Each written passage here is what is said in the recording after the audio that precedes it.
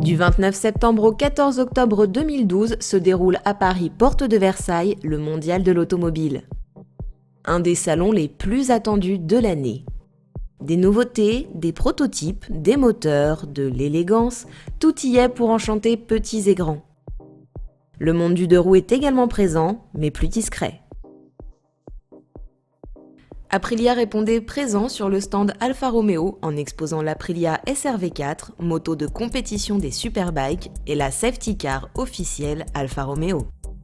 L'électrique est à l'honneur cette année et BMW nous présentait son premier scooter électrique. Nous avons déniché pour vous quelques exclus.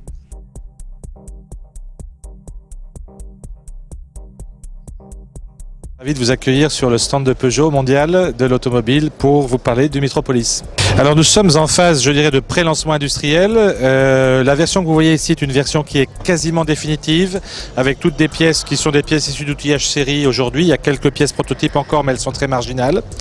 Nous rentrons en phase de méthode d'élo, ce qu'on appelle les premiers véhicules qui passent sur la chaîne à partir du mois de novembre. À partir du mois de mars-avril, on va garnir les réseaux. Les premières livraisons auront lieu tout à fait au début du printemps. Sur ce véhicule, donc, qui est le véhicule final, toutes les promesses que nous avions faites l'année dernière lors de la toute première présentation du concept sont bien présentes. On a bien évidemment la Smart Key qui était prévue. On a des capteurs de pression de pneus sur l'ensemble des trois roues, et qui est quelque chose qui vient du monde de l'automobile et qu'on considère être absolument essentiel aujourd'hui dans le monde du scooter. Le pare-brise réglable extrêmement facilement avec une amplitude de 13 cm, qui est une grande première, je dirais, pour ce niveau de véhicule sur le marché du scooter. Un frein de parking qui est électrique, le plancher pas bien sûr, et puis la nouvelle motorisation Peugeot de 400 cm3, qui est une motorisation made in Mandeur, made in France. Alors je crois que par rapport à son concurrent direct, le Metropolis jouit d'une architecture de train avant qui est beaucoup plus efficace. Elle est beaucoup plus efficace parce qu'elle est beaucoup plus légère, qu'elle est située principalement au niveau de l'entraxe des roues, ce qui fait que on peut conserver grâce à ça un plancher plat, ce qui n'est pas le cas pour son concurrent direct.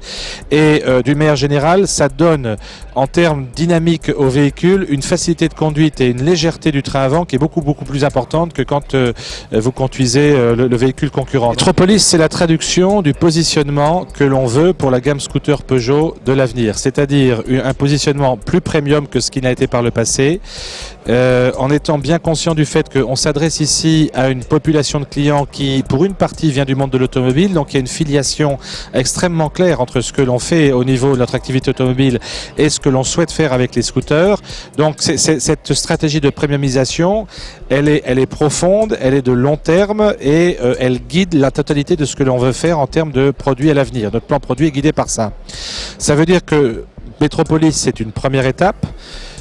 Mais qu'il y aura bien évidemment autour de ce véhicule-là des développements futurs dont je ne parle pas aujourd'hui parce que ça n'est pas le moment, mais c'est effectivement un premier pas dans un univers que l'on va continuer à déchiffrer, et il y a un certain nombre d'autres projets qui sont actuellement validés, qui sont en cours et qu'on verra apparaître dans les années qui viennent. La question du tarif, bien évidemment, tout le monde se la pose. Nous ne communiquons pas pour l'instant sur les tarifs. Sans trahir de secret, je peux vous dire qu'il sera dans le prix de marché actuel. Onyx, pour nous, on veut faire passer plusieurs messages avec Onyx. Le premier message, c'est que le monde de l'hybride est un monde qui continue de nous intéresser. Onyx est une motorisation hybride. Je pense que ça peut être pertinent pour les scooters à l'avenir. Aujourd'hui, on n'a pas à l'équation économique de l'hybride, on n'a pas encore de réponse qui est satisfaisante, mais rien ne nous dit que ce ne sera pas le cas dans le futur. En tout cas, on est dans une veille active, je dirais, sur les questions d'hybridation.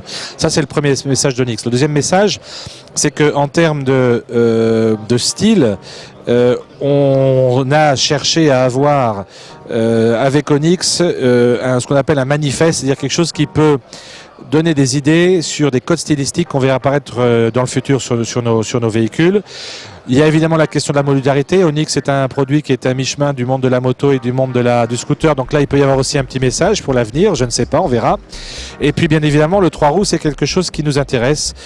Aujourd'hui, on présente Metropolis. On a le sentiment que les gens qui viennent vers le 3 roues le font pour des questions qui sont fondamentalement liées à la sécurité, que c'est des choses qui sont assez fortement ancrées dans les critères des clients. Donc, on ne s'interdit pas de réfléchir à d'autres versions de véhicules avec 3 roues, mais ça c'est très exploratoire pour l'instant.